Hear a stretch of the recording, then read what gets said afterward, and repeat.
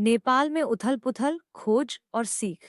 पिछले 3-4 दिनों से हम रोज नेपाल से जुड़ी खबरें देख रहे हैं और हमें ऐसा लग रहा है जैसे बांग्लादेश की घटनाओं का सिलसिला चल रहा हो। यानी जब बांग्लादेश में घटनाएं हो रही थीं, तब श्रीलंका और श्रीलंका में घटनाएं हो रही थीं, तब पाकिस्तान की याद आना स्वाभाविक था और उससे पहले अफगानिस्तान में भी यही सब हो रहा था।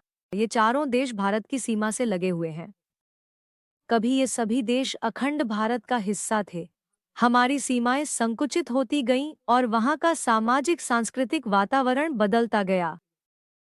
अफगानिस्तान में बौद्ध मूर्तियों का विध्वंस, पाकिस्तान और बांग्लादेश में हिंदुओं पर अत्याचार और अत्यधिक भारत विरोध, नेपाल में पहले माओवाद की घुसपैठ और फिर वामपंथी सरकार, यह सब हम देखते आ रहे हैं और इसके संयुक्त प्रभाव भारतीय समाज जीवन पर होते हुए भी देखे हैं। अमेरिका की डीप स्टेट रणनीति नव औपनिवेशिकता का नया रूप है और इन सभी पड़ोसी देशों में चल रही घटनाओं के पीछे इसी डीप स्टेट का हाथ है। एक ओर खुद को दुनिया की सबसे पुरानी लोकतांत्रिक परंपरा के रूप में प्रस्तुत करना और दूसरी ओर अगर लोकतांत्रिक तरीके से चुनी गई सरकारें उनकी बात नहीं मानती तो एक नई भीड़तंत्र को जन्म देना, उसके जरिए उन सरकारों को गिराकर वहां अपने डीप स्टेट के हित साधने वाले कठपुतलियों को सत्ता में बैठाना और अपना साम्राज्य बढ़ाना, यही नव औपनिवेशिकता का नया रूप है। हर देश में आंदोलनों का कारण देखने में अलग अलग है, लेकिन स्वरूप और अंतिम परिणाम एक जैसा ही है। भीषण हिंसा, सार्वजनिक संपत्ति का नुकसान, राष्ट्र प्रमुखों और उनके परिवारों को निशाना बनाना, संवैधानिक संस्थाओं की इमारतों को नष्ट करते समय उस देश के राष्ट्र पुरुषों के स्मारकों को निशाना बनाकर उनके ऐतिहासिक महत्व को समाप्त करना।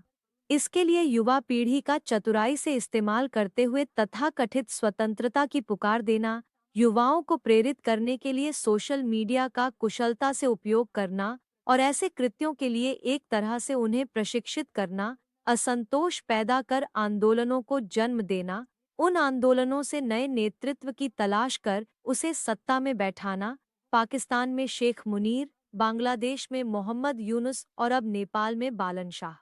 सोशल मीडिया पर प्रतिबंध लगाने का निर्णय नेपाल सरकार ने लिया और इसके कारण जिनके आर्थिक संबंध खतरे में पड़ने वाले थे, उन बहुराष्ट्रीय कंपनियों और डीप स्टेट ने मिलकर नेपाल में हिंसा करवाई। जो दृश्य मीडिया में आई हैं, जिस तरह से वित्त मंत्री और प्रधानमंत्री का खुलेआम अपमान किया गया है, यह सब हमारी कल्पना से बाहर नहीं है, क्योंकि हमने ऐसा ही कुछ बांग्लादेश में भी होते देखा है, बिल्कुल इसी तरह की घटना। सवाल ये है कि क्या हम इससे कुछ सीखने वाले हैं या नहीं।